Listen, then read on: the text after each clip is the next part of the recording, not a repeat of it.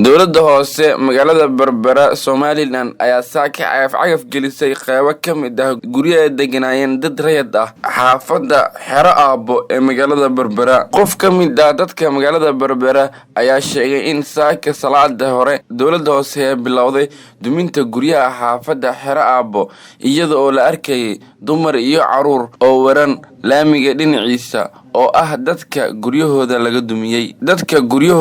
dumiyay ayaa la sheegay in saaka cagafta la geliyay guryahooda oo haatan ay ku mashquulsan yihiin sida ay caruurtooda halkaasi ugu soo saari lahaayeen. Xoghayaha dowladda hoose ee magaalada Berbera oo goobjoog ka ahaa howlgalka burburinta ayaa sheegay in uu dib ka faahfaahin doono sababaha keenay in la burburiyo guryaha ay degan yihiin dadka rayidka ah.